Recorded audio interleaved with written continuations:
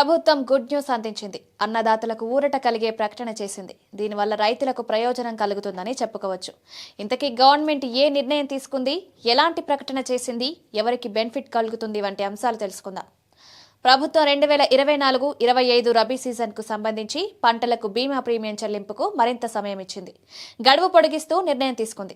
అందువల్ల ఇంకా ఎవరైనా పంట బీమా తీసుకోకపోతే వెంటనే పొందొచ్చు. సాధారణంగా అయితే పంట బీమాకు గడువు డిసెంబర్ 15తోనే ముగిసింది. అయితే తర్వాత ఈ గడువును డిసెంబర్ నెల చివరి వరకు పొడిగిస్తూ నిర్ణయం తీసుకుంది. మళ్లీ ఇప్పుడు మరోసారి డెడ్ లైన్ పొడిగించారు.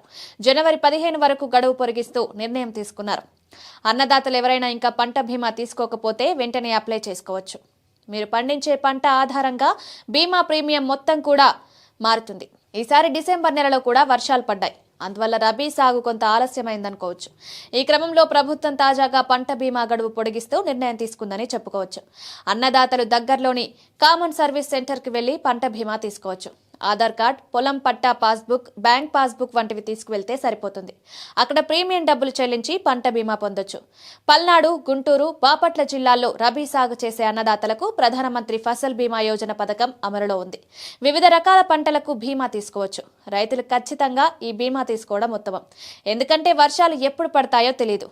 ఎప్పుడంటే అప్పుడు వానలు కురుస్తున్నాయి. అకాల వర్షాల కారణంగా పడ్డ దెబ్బతినొచ్చు. దీనివల్ల ఇబ్బందులు రావచ్చు. అపార నష్టం కూడా కలగవచ్చు. అందుకే పంట బీమా ఉంటే పరిహారం తీసుకోవచ్చు.